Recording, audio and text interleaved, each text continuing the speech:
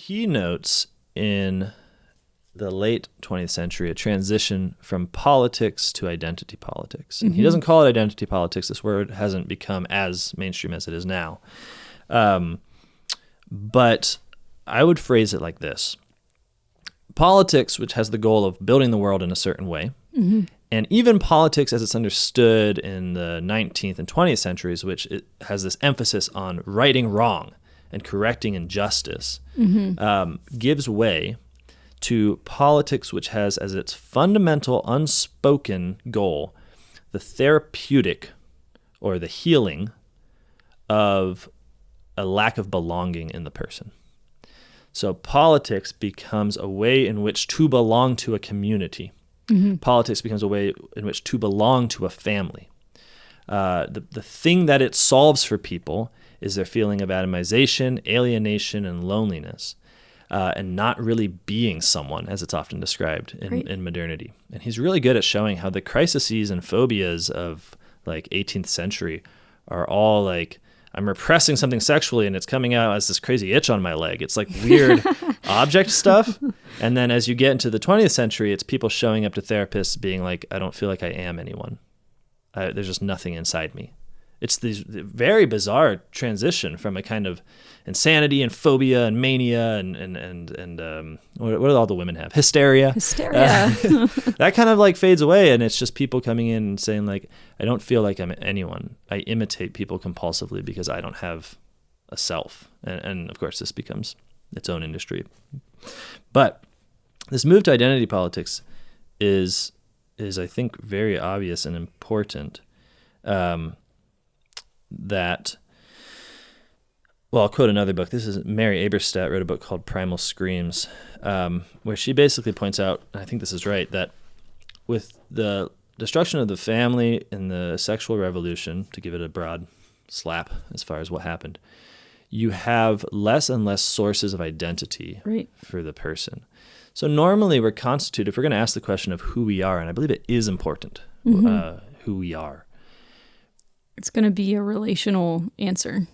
I am the daughter of this man and his wife. I am a son. I am a brother to a sister, or I'm a brother to a brother. I'm nephew to an uncle. I'm friends with this people. I belong to this place. Right. Even defining yourself by work is still relational. Totally. Like, I am a teacher. I do these things for these young people. Absolutely. And if I have a critique of Mary Eberstadt's book, is that she makes it all just about these sort of interfamilial relationships and the lacks that come once you have divorce and contraception.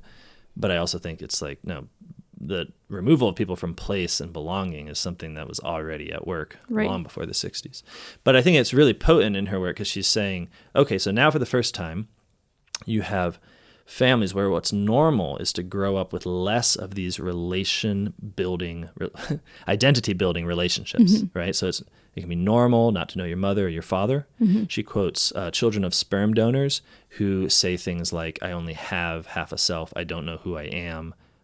You have families that are very disparate and spread apart, and so that there's no nephew. You never experience what it is to be a nephew, to be a niece, something like that, because you don't know those people.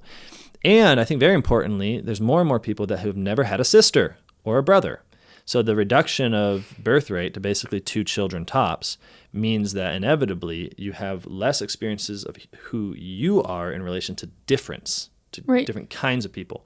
And this is profoundly true. I mean, like, I'm watching my kids, and it's like having a relationship of one person to a sister is very different than having just a relationship to a brother or just being an only child. It's not to say like you're not a real person unless you have this. It's just saying there's a certain way of having identifying yourself in and through asking yourself the question of these relationships. I mean, I guess you can kind of think of it like you have like these, like, your relationships are almost like nodes of attachment, and since you have more, then you have more stability because you have all these people who are reminding you who you are. Right. You could think of them as mirrors, but then you would think of it as a reflection of yourself. It's not that. It's that they are grounding you, virtue building. They're both making and telling you who you are. Like when your father says, you are my son, he's not just identifying some object thing.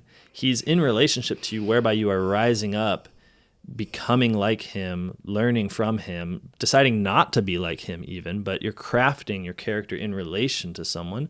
And so you have a more stable answer when you know your father versus not knowing your father. Right.